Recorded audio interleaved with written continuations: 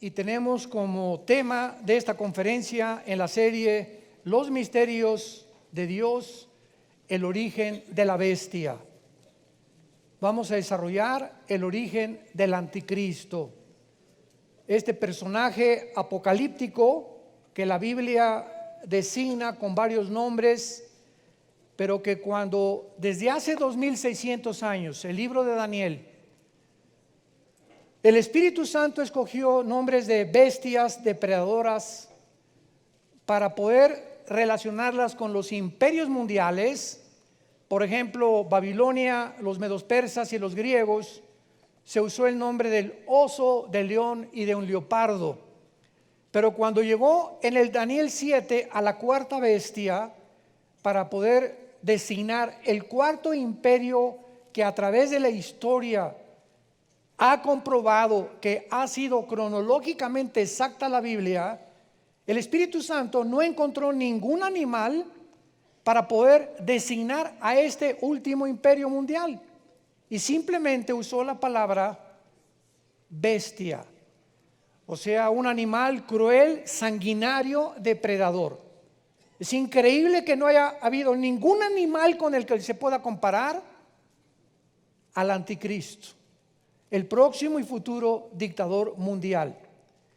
Y cuando venimos al libro de Apocalipsis capítulo 13, comenzamos a darnos cuenta que el libro de Daniel, el libro de Ezequiel, Zacarías y el Apocalipsis están interconectados.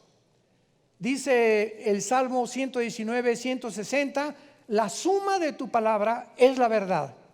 En otras palabras, así como tenemos que llegar a una cantidad matemáticamente hablando, la Biblia tiene que sumarse. Yo tengo que tomar el pasaje de Daniel, compararlo con Apocalipsis 13, con el libro de Ezequiel, con el libro de Zacarías, y cuando sumo las 4 piezas del rompecabezas, me doy cuenta que ya tengo completamente el panorama para poder erigir una doctrina. ¿Qué cosas son las sectas o los grupos heréticos que desgraciadamente muchas veces llevan el nombre de cristianos y que no tienen nada de cristianos? Son organizaciones que sacan un versículo fuera del contexto, sin tomar en cuenta las otras partes de la Biblia, y construyen una doctrina herética. Por ejemplo, los mormones sacan el versículo donde Jesús dice, yo no sé cuándo va a hacer las cosas, solo mi Padre. Inmediatamente dicen, no, ya ves, Jesucristo no era omnisciente, porque no sabía cosas que su Padre sabe, sin entender que en Filipenses capítulo 2 explica el Espíritu Santo que Cristo era igual que el Padre, pero que bajó al mundo y se sometió al Padre y hizo a un lado no su deidad, no su divinidad, sino sus poderes. Entonces, cuando comenzamos a profundizar en esto, comenzamos a sacar muchas verdades que se encuentran en la Biblia. Y antes de entrar en materia a este pasaje de Apocalipsis 13, y vamos a ir a Daniel también, vamos a usar esta ilustración bíblica también. En el primer siglo, en las calles de Jerusalén, había una gran confusión y debates por todos lados en la ciudad, porque por todos lados la vida de Jesús había sorprendido a sus habitantes y se hacían muchas preguntas. Por ejemplo, en Juan capítulo 7, versículo 40 al 43, decían, verdaderamente este es el profeta. Otros decían, fíjense la diferencia de opiniones, no, este es el Cristo. Otros decían, ¿de Galilea ha de venir el Cristo? ¿Qué no dice la Escritura que del linaje de David y de la aldea de Belén, de donde era David, ha de venir el Cristo? Vemos nosotros que si realmente Jesús era el que era, estaban confundidos, porque en el Antiguo Testamento se proyectaba al Mesías de muchas formas. Entonces, ¿cómo podría el Mesías venir de Galilea si Miqueas 5 decía que iban a nacer en Belén? ¿O qué no decían las Escrituras también que iban a nacer en Belén? Entonces, ¿cómo podían nacer tanto en Galilea como en Belén? Desde el principio, el asunto del origen del Mesías comenzó a ser investigado y debatido donde quiera que Jesús aparecía. El mismo rey Herodes, ¿se acuerdan? Cuando supo que los reyes magos venían del oriente de Babilonia buscando a dónde iba a nacer el Mesías, hizo una comisión de investigadores para que fueran y checaran en las escrituras de la Torá donde estaba escrito que nacería Jesucristo. Y le ofrecieron en Miqueas 5 versículo 2 que la Biblia dijo que iba a nacer en Belén.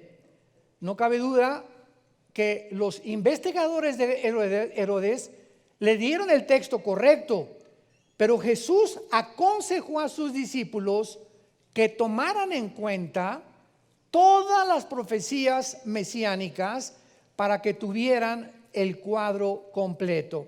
Y esto fue precisamente lo que ignoraron aquellas personas en el siglo I de nuestra era, que no pudieron entender lo que Jesucristo les había explicado. Dice Lucas 24, 25 al 27, que cuando Jesucristo resucitó, esto fue precisamente lo que le molestó a Jesús, que no hubieran puesto todo el panorama completo, porque si lo hubieran puesto, hubieran sabido claramente que el Mesías no iba a venir a gobernar primero, sino que el Mesías tenía que sufrir y después gobernar. Y cuando los judíos vieron que Cristo en Jerusalén entra en un burrito y se pone a llorar en la ciudad, se decepcionaron. Judas comenzó, ya tenía asegurada la Secretaría de Hacienda, Judas, segurísimo, y cuando oye, ¿verdad?, que Jesucristo no era el que realmente estaban esperando, porque no pusieron todas las profecías completas, comenzaron a decepcionarse, porque esperaban que el Mesías vendría a liberarlos del yugo romano. Y entonces Cristo resucita, y aún después de la resurrección vemos a los dos discípulos en el camino de Maús discutiendo y debatiendo si realmente Él era el Cristo o no era el Cristo. Y dice Lucas 24, 25, Jesús les dice: insensatos. O sea, están completamente sacados del camino, están confundidos, tardos de corazón para creer todo lo que los profetas han dicho. No es necesario que el Cristo pareciera estas cosas y que entrara en su gloria. O sea, ¿qué no se fijaron que yo tenía primero que sufrir? Y en el versículo 44 les dice: estas son las palabras que les hablé, estando aún con vosotros, que era necesario que se cumpliese todo lo que está escrito en la ley de Moisés, en los profetas y en los salmos. Y cuando entramos a abordar el tema del anticristo, nos encontramos con el mismo problema. Durante algún tiempo me enseñaron, cuando estuve estudiando la teología de la escatología bíblica, que el anticristo tenía que ser judío, porque en Génesis 49 dice la profecía que Jacob mencionó a sus hijos, que vendría de una de las tribus de Israel, y que de esa tribu de Israel, de donde el anticristo iba a venir, ahí decía que iba a ser gobernante de Israel y que iba a oprimir a Israel. Después, otra profecía del anticristo, Daniel 11, 35 y 36. No, pues que el anticristo del amor de sus padres no va a hacer caso, y decían, pues es que entonces el anticristo era hijo o descendiente de Abraham, Isaac y de Jacob. Y después que el anticristo no va a hacer caso de las mujeres, por lo cual que el anticristo va a ser un homosexual. Entonces, cuando tenemos este grupo de profecías, sin tomar en cuenta la otra forma y el otro grupo de profecías que vamos a ver en la Biblia, comenzamos a entender, mientras más cerca estamos de la segunda venida de Jesucristo, más claridad vamos a tener en las profecías bíblicas. Porque en Daniel 12 dice la Biblia que los entendidos entenderán todas las cosas.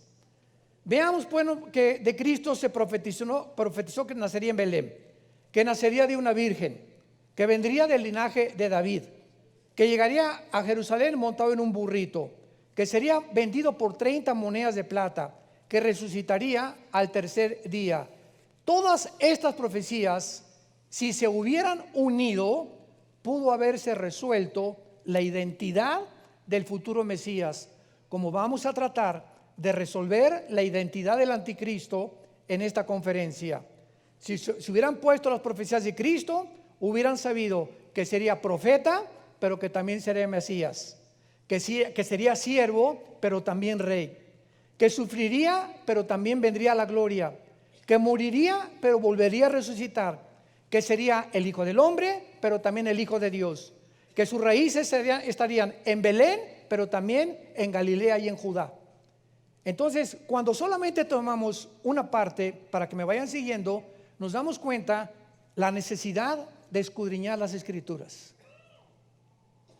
Juan 5:39, escudriñen las Escrituras, hagan pozo en las Escrituras, investiguen, indaguen, busquen. La Biblia no es un libro superficial, es un libro que contiene piedras preciosas, tesoros escondidos que Dios quiere ahorita en la época que vivimos desenterrarlos para que podamos ver la grandeza de sus pensamientos y podamos vivir con una seguridad y una esperanza absoluta de que este libro es maravillosamente inspirado por Dios. Veamos ahora en el capítulo 13 del Apocalipsis, donde se describe de una forma muy sorpresiva el ministerio del anticristo, sin darnos cuenta que el capítulo 17 del Apocalipsis es primero que el capítulo 13. Porque en el capítulo 13 se describe el ministerio del anticristo y en el capítulo 17 se describe a la gran ramera, al sistema religioso. Entonces, ¿qué es primero? ¿La gran ramera o el control que se va a tener el falso profeta de las religiones o el gobierno del anticristo? La Biblia nos muestra claramente que los primeros 3 años y medio de los 7 años de tribulación, la gran ramera controlará a través de la religión y la persecución al mundo y a los mártires que va a asesinar. Y después la ramera en Apocalipsis 17 se retrata montada sobre una bestia que es el anticristo, dándonos a entender que el poder religioso controlará al poder político la primera mitad de la tribulación.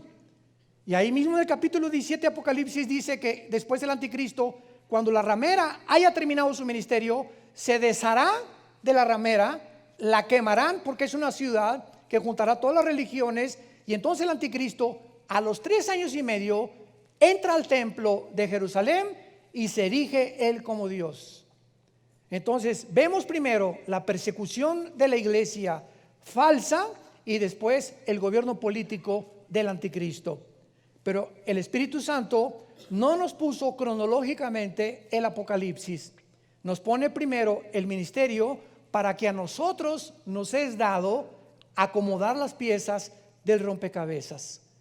Eso es lo que Dios anhela de todos nosotros, que no solamente de una forma superficial leamos, sino que escudriñemos y comencemos a descubrir los secretos escondidos que Dios escondió y los misterios para que nosotros con la diligencia del estudio podamos descubrirlos.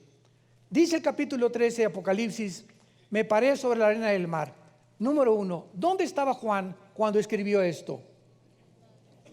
Se encontraba en una isla exiliado por el gobierno romano que se llama Patmos, la isla, junto al mar Egeo, que es a un lado, ¿verdad? O el lado occidental de Grecia. Entonces, cuando dice Juan, me paré sobre la arena del mar, ¿en qué mar se encontraba Juan? En el mar Mediterráneo. Bueno, hasta ahí ya ubicamos geográficamente a Juan.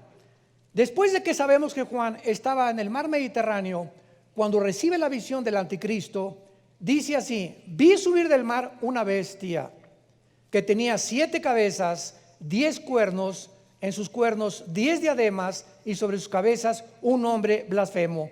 Vean ustedes que cuando la Biblia dice vi subir del mar una bestia, nos damos cuenta que la ubicación geográfica, primero, de donde el anticristo será, no será del río Bravo.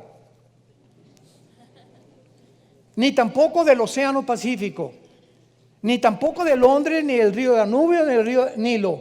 No, lo primero que el Espíritu Santo nos presenta aquí es que el anticristo surgirá de una de las áreas del Mediterráneo. Durante mucho tiempo se enseñó que el anticristo saldría de Roma. ¿Por qué? Porque en Daniel 9, 25 al 27 se explica de un príncipe que ha de venir y de un pueblo que arrasó con Jerusalén en el año 70 después de Cristo. Pero cuando nos damos cuenta que los 10 dedos de la estatua de Nabucodonosor, estoy hablando ya de escatología y profecía porque creo que todos ustedes tienen principios elementales. No oigo muchos amenes. Bueno, ya para qué. El estatua de Nabucodonosor, que el sueño que él tiene es la estatua con la cabeza de oro, los brazos de plata, el vientre de bronce.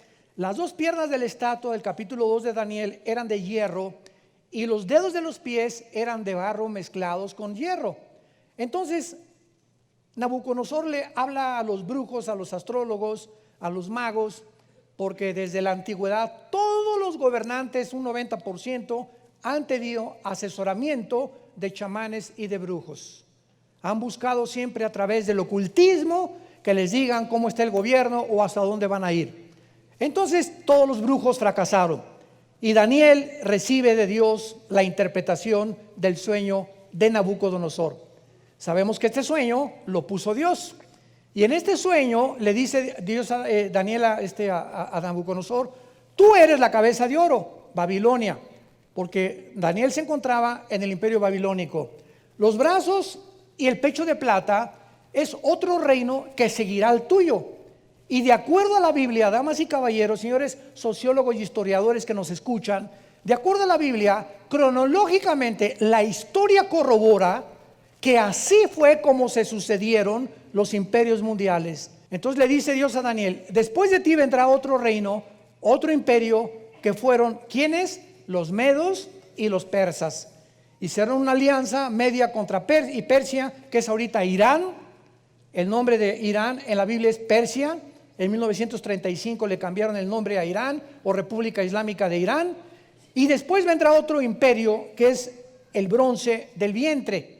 ¿Quién siguió de los medos y los persas, señores historiadores?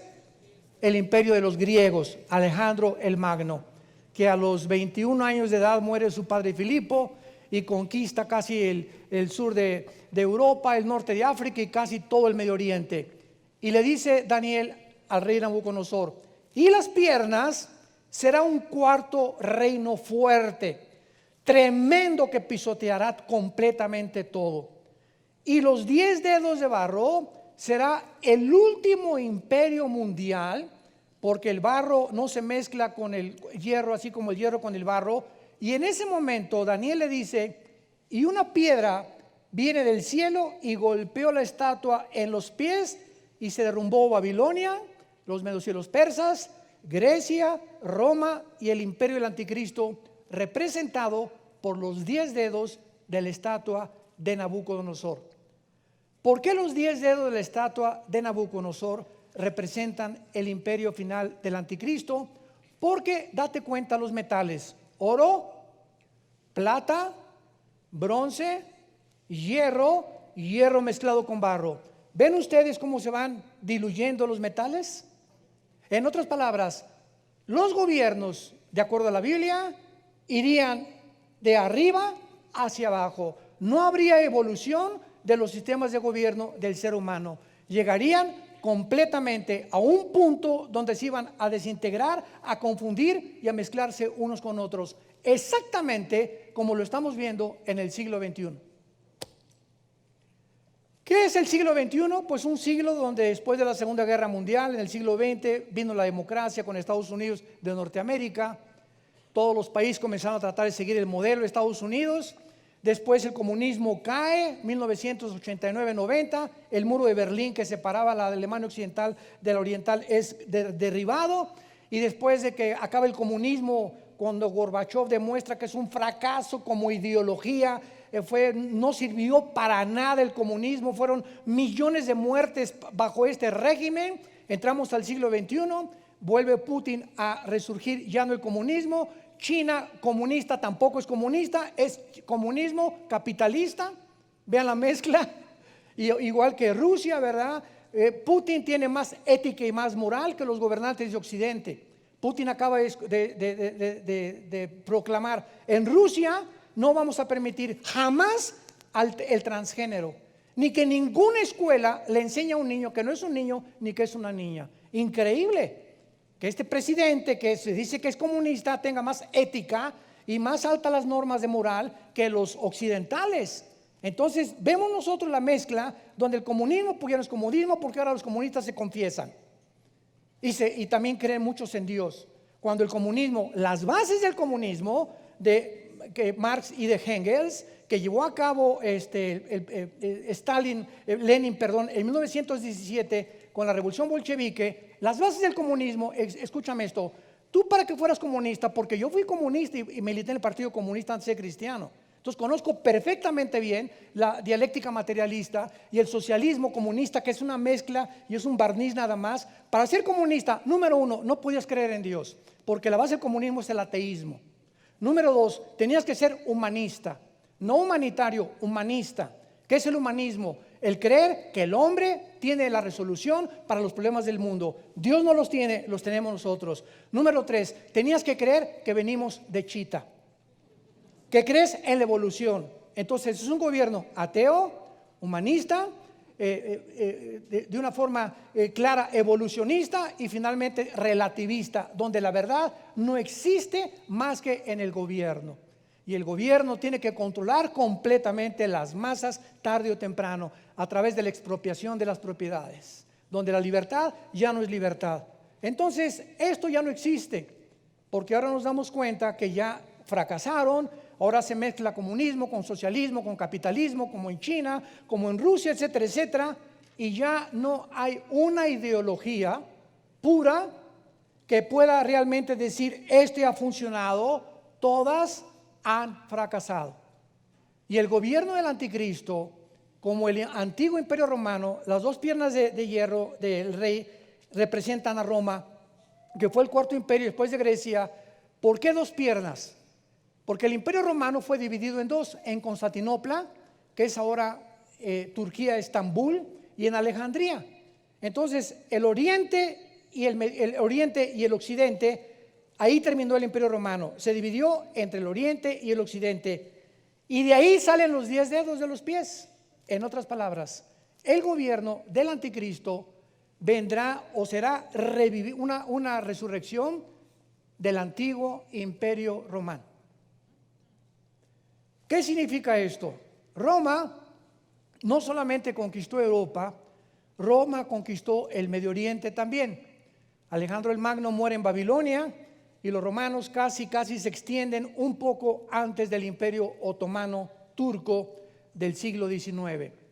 Entonces, cuando hablamos nosotros de que el último gobierno del anticristo van a ser 5 naciones del occidente, de Europa, y 5 naciones del oriente, y se van a juntar 5 naciones de Europa con 5 naciones del Medio Oriente, porque el Medio Oriente formó parte del Imperio Romano. Y cuando oigamos un G10, que se ha unido 10 naciones, 5 del Medio Oriente y 5 de Occidente, de ahí saldrá el anticristo. Entonces, como se dedujo que Roma fue su capital, Roma, Italia, pues que el anticristo tenía que ser o italiano o romano. Pero se les olvidó a muchos teólogos que el imperio romano también estuvo formado del Medio Oriente. Y vemos nosotros que en la Biblia al anticristo se le llama el asirio. El asirio. O sea, antes de 4 o 6, 7 siglos atrás, Asiria, en la Biblia, Asiria unía a Irak. O sea, no había divisiones ahorita entre Siria y Irak. La Mesopotamia eran completamente iguales. Asiria e Irak era una sola nación, los asirios. Y unía también a Irak y unía a Turquía. Y muchas veces a Egipto también. Ahora en 1930, entre los 30 y los 50, el Medio Oriente fue dividido por los ingleses, por la Liga de Naciones. A Israel le dieron la participación que tiene ahorita, a Jordania la pusieron aquí, a Líbano lo pusieron aquí, a Irak lo pusieron aquí. Y esta división que tú ves ahorita en el mapa del Medio Oriente no existía antes. Entonces venimos a la Biblia y nos damos cuenta que el anticristo va a surgir del área de lo que es ahorita Siria e Irak. De esa zona del Medio Oriente el anticristo va a surgir. Vamos a comenzar a estudiar algunos pasajes y vayamos al primero, Isaías capítulo 10. Todo esto tenemos que corroborarlo, comprobarlo con las sagradas escrituras. Isaías, vamos a ver más de 5 pasajes que nos hablan de lo mismo y que nos darán mucha luz acerca de por qué el anticristo surgirá de la zona del Medio Oriente, que es ahorita el foco caliente del mundo entero, Irak y Siria. Dice en Isaías capítulo 10, versículo 5, número 1: Oh Asiria, vemos un juicio de Dios en contra de esta nación. Vara y báculo de mi furor, en su mano he puesto mi ira. Le mandaré contra una nación pérfida, y sobre el pueblo de mi ira le enviaré, para que quite despojos, arrebate presa y lo ponga por hollado como lodo en las calles. Aunque él, está hablando del anticristo, lo vamos a comprobar, aunque él no lo pensará así, ni su corazón lo imaginará de esta manera, sino que su pensamiento será desarraigar y cortar naciones no pocas. Porque él dice, mis príncipes no son todos reyes. ¿Quiénes serán los príncipes del anticristo? Los 10 dedos de la estatua o los 10 cuernos que tiene el anticristo en Apocalipsis 13 y en Apocalipsis 17. Escúchame bien, ahorita que veamos que el anticristo será un ser humano con una personalidad que ya existió antes, el anticristo va a ser poseído por un principado satánico que existió antes, que va a salir del abismo, Apocalipsis 11, y va a entrar en el anticristo. Y cuando entre el anticristo será un instrumento completo de Satanás, y los 10 reyes, los 5 de Europa y los 5 del Medio Oriente, serán 10 príncipes satánicos. Porque lo semejante atrae a lo semejante. Él no puede controlar a reyes que estén en contra de él. Esto es a lo que se refiere sus príncipes, y les menciona, no son reyes. Versículo 12, saquen un microscopio o una lupa. Pero vamos a ver que el contexto nos está hablando del final de los tiempos. Esto es importante al interpretar la Biblia. ¿En qué contexto de tiempo se está hablando de esta profecía? Dice así: acontecerá que cuando, después que el Señor haya acabado toda su obra en el monte de Sión y en Jerusalén, sabemos que no ha acabado, ¿verdad? Imposible. ¿Cuándo acabará esto? En la segunda venida de Cristo. Cuando Dios haya acabado, entonces castigará el fruto de la soberbia del corazón del italiano, del inglés, del que salió de Tlalnepantla, del rey de Asiria y la gloria de la altivez de sus ojos. Aquí se está emitiendo un juicio contra Siria, pero al mismo tiempo se entiende que Dios lo va a usar como un instrumento de su juicio. Pero en el versículo 12 que acabamos de leer se nos revela claramente que hasta después, cuando venga la culminación de la historia, Dios va a castigar al rey de Asiria. Es claro que si Dios no ha terminado todavía, culminará con la segunda venida de Cristo, el rey de Asiria será castigado. ¿Quién es ese rey de Asiria? Que cuando venga Jesucristo lo va a destruir. Y según de Tesalonicenses 2 dice la Biblia, el apóstol Pablo, que se manifestará aquel inicuo con señales y milagros prodigios mentirosos, refiriéndose al anticristo, a quien el Señor destruirá con el resplandor de su venida. Y Apocalipsis 19 del 11 en adelante, y vi a un caballo blanco que venía del cielo, montado el verbo de Dios a hacer justicia contra las naciones. ¿A quién viene a castigar? Al rey de Asiria. Y sabemos claramente, por lo que vamos a seguir leyendo, que entonces se está refiriendo al anticristo. Vayamos ahora a Isaías 14, versículo 25, donde se vuelve a emitir el mismo juicio otra vez. Y dice Isaías 14, 25, quebrantaré al asirio en mi tierra. O sea, será un líder que se levantará, tratará de desarraigar a las naciones y que será destruido hasta la segunda venida de Jesucristo. Pero no solamente eso, sino se nos dice la ubicación geográfica donde el anticristo va a ser destruido: en Jerusalén, en Israel, en la tierra de Dios. Y en mis montes lo hallaré, su yugo será apartado de Dios y su carga será quitada de su hombro. Aquí se vuelve a emitir el mismo juicio. Dios castigará al asirio en Israel, por lo que en ese tiempo Israel descansará de su azote. Vayamos a Isaías 30, otro pasaje, Isaías 30, versículo 31 al 33. ¿Ya ven por qué tienen que traer su Biblia? ¿Ya ven? Isaías 30, del 31 al 33. Pongan mucho cuidado. Porque Asiria, que hirió con vara, con la voz de Jehová será quebrantada. Y cada golpe de la vara justiciera que asiente Jehová sobre él, será con panderos, con arpas, y en batalla tumultuosa y peleará contra ellos. Porque Tofet, ¿saben ustedes qué es Tofet? Apúntalo en tu Biblia: el lago de fuego. Tofet es la palabra hebrea que se da en el Antiguo Testamento para el lago de fuego. Porque el lago de fuego, o el Tofet, ya de tiempo está dispuesto y preparado. ¿Para quién? ¿De qué rey está hablando el contexto? Del rey de Asiria.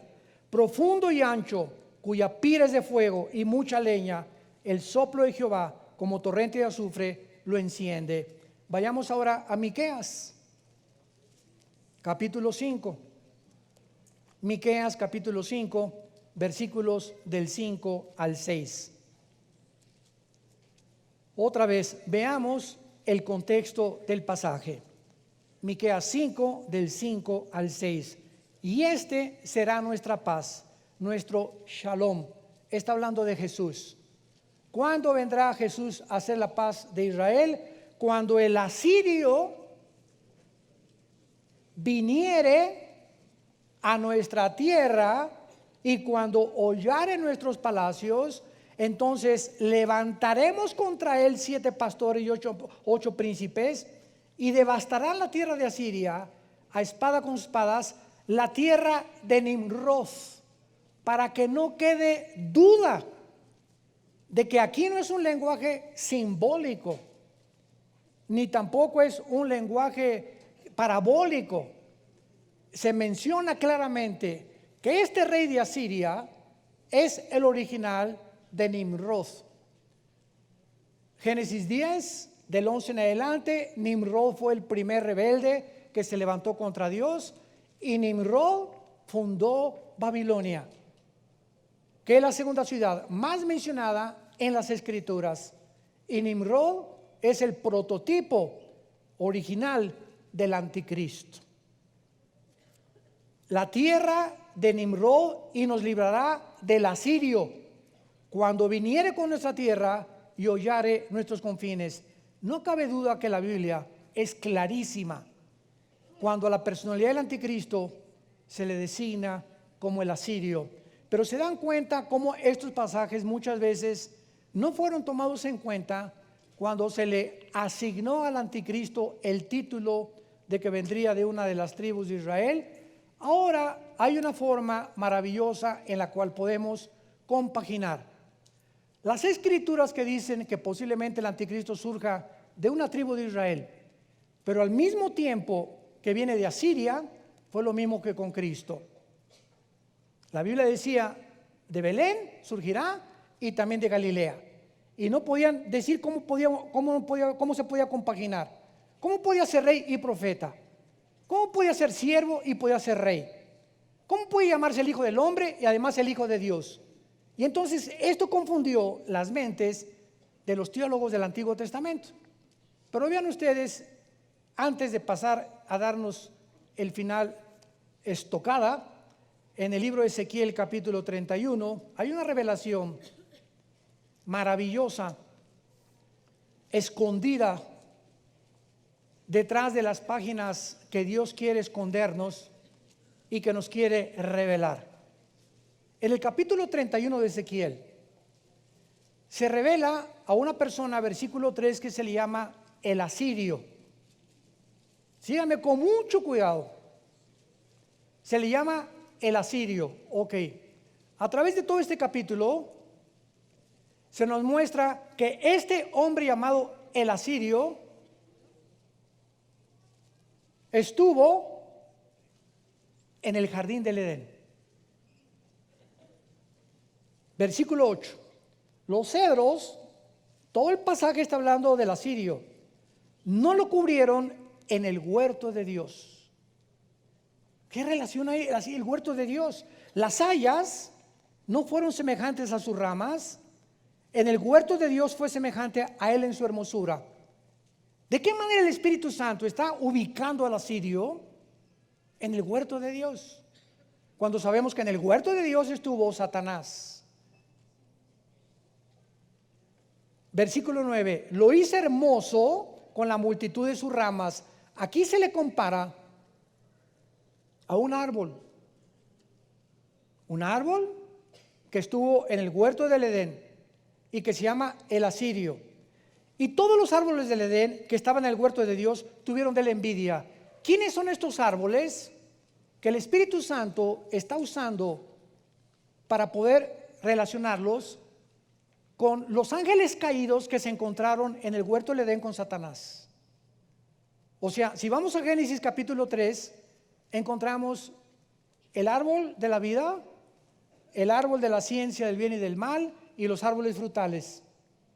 Y encontramos a Satanás como una serpiente. Pero la palabra Hasheas, que se llama en el hebreo un ser luminoso, no era realmente como una serpiente. Esto es un simbolismo nada más. Entonces Satanás estaba ahí en el huerto. Y si Satanás estaba en el huerto del Edén, no estaba solo. Ahora, ¿se acuerdan ustedes cuando en esta serie, creo que fue aquí donde compartí, si no consíguela, creo que fue la quinta o la sexta parte de la serie que estoy dando, Los Misterios de Dios? Les compartí que el huerto del Edén era un huerto chiquito y Edén era la tierra.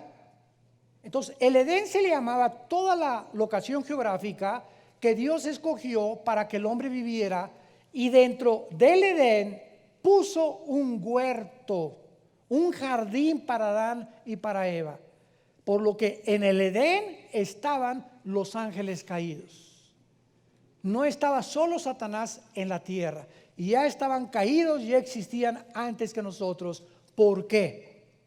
Porque a Satanás, Juan 12:31, Juan capítulo 14, se le llama el príncipe de este mundo. ¿Cuándo fue relegado de rey a príncipe? En su caída.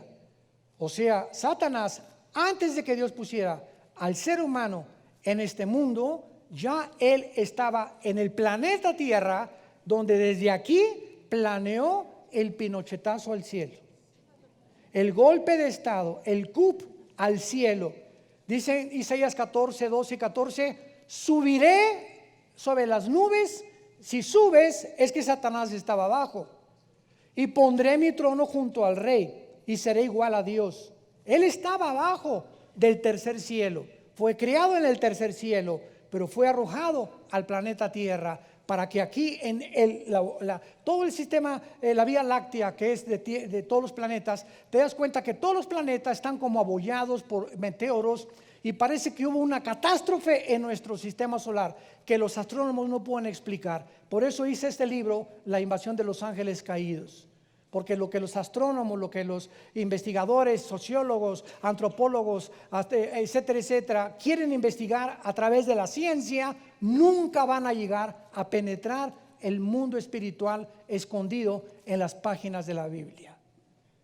Y estas cosas, acuérdense ustedes que cuando Cristo contaba parábolas, agarró a los discípulos y se los trajo para acá y les dijo: la gente no entiende lo que estoy diciendo, pero a ustedes les es dado, Mateo 13, conocer los misterios del reino de Dios. Y a ti, y a ti, y a ti, y a ti, y a ti, y a ti, y a mí, Dios nos da el privilegio de revelarnos sus misterios en la palabra. Para que podamos enriquecer nuestra vida espiritual, no solamente para enriquecer el intelecto, sino para que con este conocimiento tengamos una comprensión más, una cosmovisión más grande de por qué el mundo está como está y qué es lo que va a pasar y hacia dónde va el mundo y hacia dónde nos dirigimos a una velocidad vertiginosa. Lo hiciste hermoso, versículo 9, en el huerto de Edén tuvieron envidia. Y finalmente dice en el versículo 18, al acabar este capítulo 31 de Ezequiel, versículo 18: ¿a quién te has comparado así en gloria y en grandeza entre los árboles del Edén? Porque serás derribado con los árboles del Edén en lo profundo de la tierra, entre los incircuncisos yacerás con los muertos de espada. Este es Faraón y todo su pueblo, dice Jehová el Señor, mostrándonos el Espíritu Santo que también el Faraón de Egipto era un principado satánico. Fue el que mandó matar a los judíos, fue el que los persiguió, el que los esclavizó. Todos esos imperios, Egipto, Asiria, Babilonia, medos persas, griegos y romanos, son los 6 imperios de Apocalipsis 17. El séptimo será el gobierno del anticristo y el octavo era, es y no será, vendrá del abismo, será el anticristo. Apocalipsis 17. Lo vamos a ver en la próxima clase. Muy bien, ahora veamos claramente en Apocalipsis 10 y 11, versículo 7. Regresemos a Apocalipsis. Ojalá que no se empachen. El año que entra muchos lo van a entender, o entre 2 años. Pero tenemos que seguir compartiendo la palabra y la profundidad de la palabra de Dios. Es tiempo ya de poder escudriñar las Escrituras. En Apocalipsis 11 se describen a los 2 testigos finales, que posiblemente sean Moisés y Elías. Ya las evidencias de que ellos van a ser, no vamos a perder el tiempo, pero dice la Biblia que, versículo 7, que cuando ellos hayan acabado su testimonio, la bestia que sube del abismo hará guerra contra ellos y los vencerá y los matará. Esta bestia sabemos que es el anticristo. Comparen rápidamente con Apocalipsis 17, versículo 18. Apocalipsis 17, versículo 8. La bestia que has visto era, nos damos cuenta que esta bestia que es el anticristo ya existía antes. La bestia que has visto era, y no es, en el tiempo de Juan, esta bestia seguía en el abismo y no ha salido del abismo, saldrá hasta que el anticristo se manifieste. Y está para subir del abismo e ir a la perdición. Vemos pues que esta bestia, que es el anticristo, se le retrata. ¿Cómo es posible que el anticristo, pregunta, surja del abismo? ¿Acaso el anticristo estará involucrado con principados satánicos? ¿Que el espíritu del anticristo existió antes? Es otra pregunta que me han hecho muchos estudiantes. ¿Y el abismo? ¿Qué es el abismo? ¿Es un lugar físico, real, en el centro de la tierra, o es un lugar espiritual? No cabe duda que necesitamos encontrar todas estas respuestas en la Biblia, pero vamos a ver claramente que todas estas revelaciones acerca de la dimensión del mundo espiritual nos ayudan a comprender la naturaleza de la bestia y el anticristo, porque si no entendemos lo que Cristo hizo con los demonios, y si no entendemos que los demonios no son los ángeles caídos, son 2 entidades completamente diferentes, Los ángeles caídos no se meten en las personas. Los demonios sí se meten en las personas. Pero el principado satánico que existió antes, que posiblemente haya sido el de Alejandro el Magno o el de Asiria, va a entrar y salir del abismo y entrar al anticristo. O sea, el espíritu de la bestia surgirá del abismo para poseer a un hombre. Y este hombre, poseído por una entidad espiritual, surgirá como la bestia en su forma final. ¿Ya me siguieron? Para que entendamos claramente. Porque si el anticristo va a ser un hombre como tú y como yo, va a tener espíritu. Somos espíritu, alma y cuerpo. Pero nosotros los cristianos hemos descubierto que podemos tener dos espíritus. ¿O no? ¿Cuántos espíritus tienes? Si eres cristiano tienes dos, tu espíritu y el Espíritu Santo. ¿Verdad? Tenemos dos espíritus, lo dice Romanos capítulo 8. El Espíritu de Cristo está entre nosotros y aparte nuestro espíritu. Él entró a nuestro espíritu. Entonces nos damos cuenta que la dimensión espiritual, los espíritus pueden entrar a personas espirituales como tú y como yo y hacer una doble existencia o alterar la personalidad, que comienza la psicología por no entender que hay entidades espirituales que pueden poseer a los seres humanos. Le llaman esquizofrenia, sociopatía, paranoia, psicosis, etcétera, etcétera.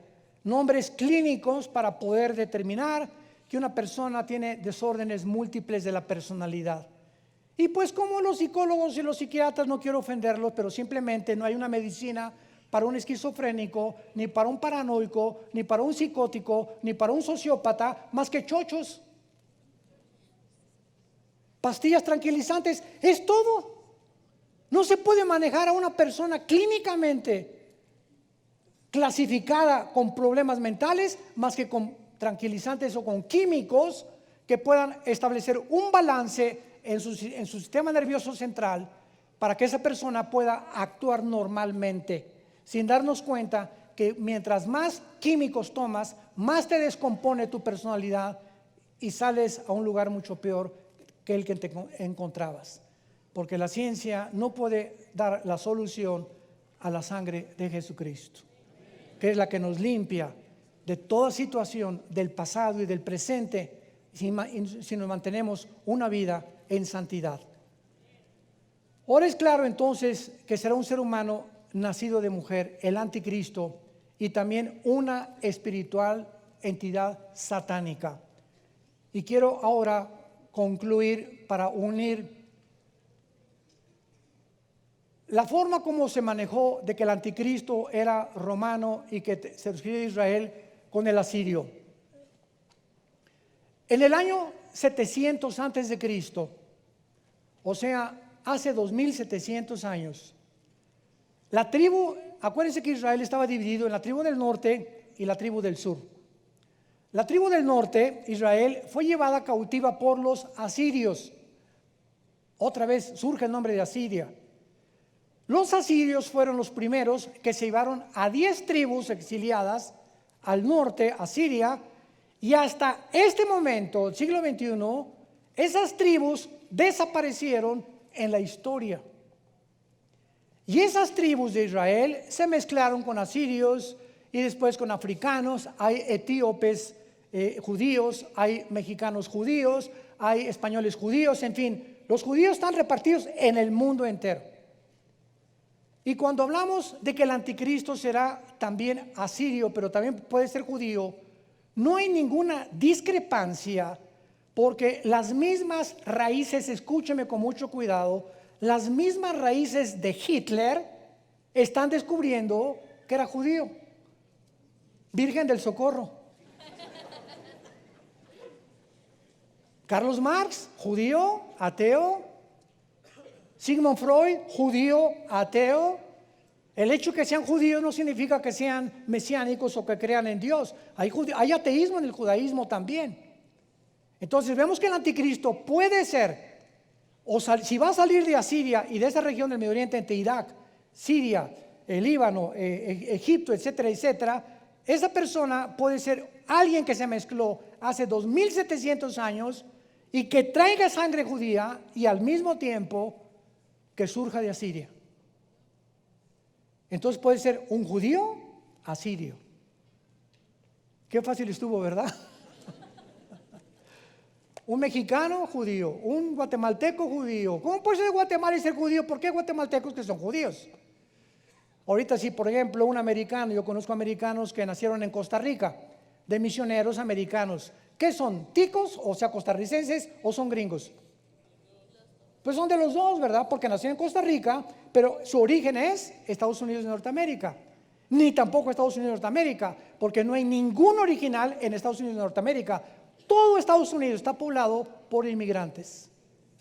Los únicos gringos son los apaches, los Sioux, los cherokees, las tribus indígenas que entraron por el estrecho de Bering de Asia, porque descienden de Sem, todos los indígenas desde aquí hasta el Amazonas, todos descienden de Sem, del segundo hijo de Noé, y entraron y poblaron, y son los aztecas, tlaxcaltecas, los Sioux, los en Guatemala, los mayas, todos ellos, chichimecas, etcétera, etcétera. Todo Sudamérica fue poblado por la tribu de los semitas, y todos los demás son inmigrantes en Estados Unidos. Y cuando comenzamos a tener todo este panorama, podemos armar ya un rompecabezas y entender, porque muchas veces nos confundimos en la Biblia, pareciendo que esta parte contradice esta parte. No hay contradicción. Hay que seguirle investigando, rascando, para descubrir realmente lo que Dios quiere darles a los diligentes, a los Josés, a los Danieles del siglo XXI. Te damos gracias, Señor, por tu palabra maravillosa, que es verdad. Gracias, Señor, por tu revelación que podemos nosotros discernir solo con tu Espíritu. Porque esta revelación, solo tu Espíritu que escudriña lo más profundo de tus pensamientos, viviendo entre nosotros,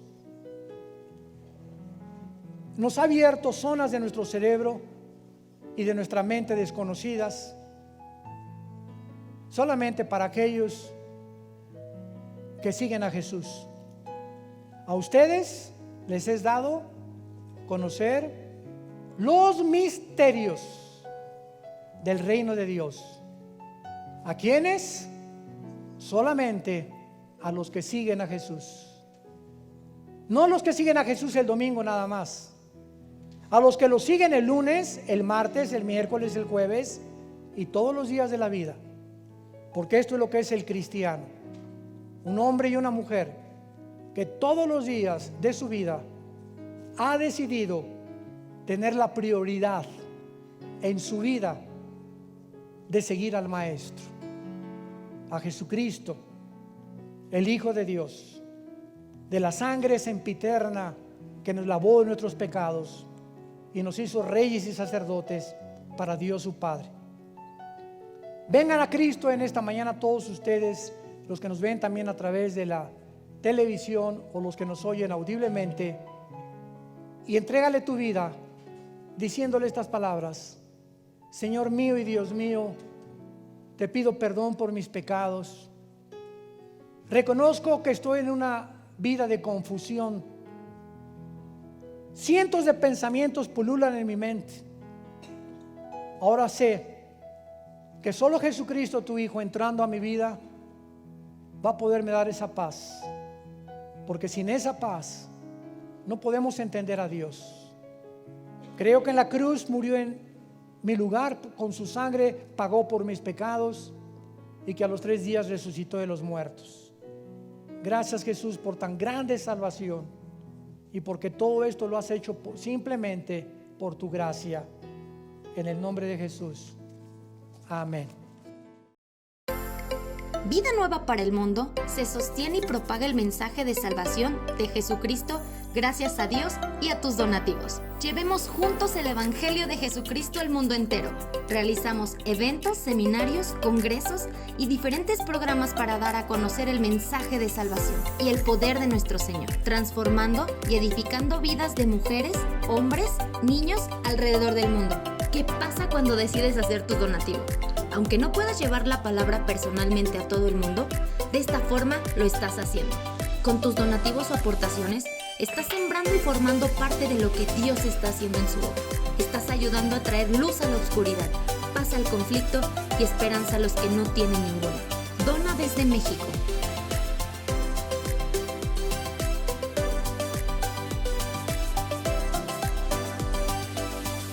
Dona desde Estados Unidos.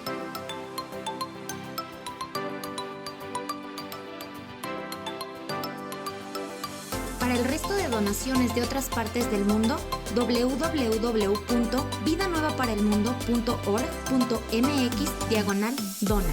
Estamos cumpliendo la gran comisión. Por tanto, vayan y hagan discípulos a todas las naciones, bautizándolos en el nombre del Padre, del Hijo y del Espíritu Santo, enseñándoles que guarden todas las cosas que les he mandado. Y he aquí que yo estoy con ustedes todos los días hasta el fin del mundo.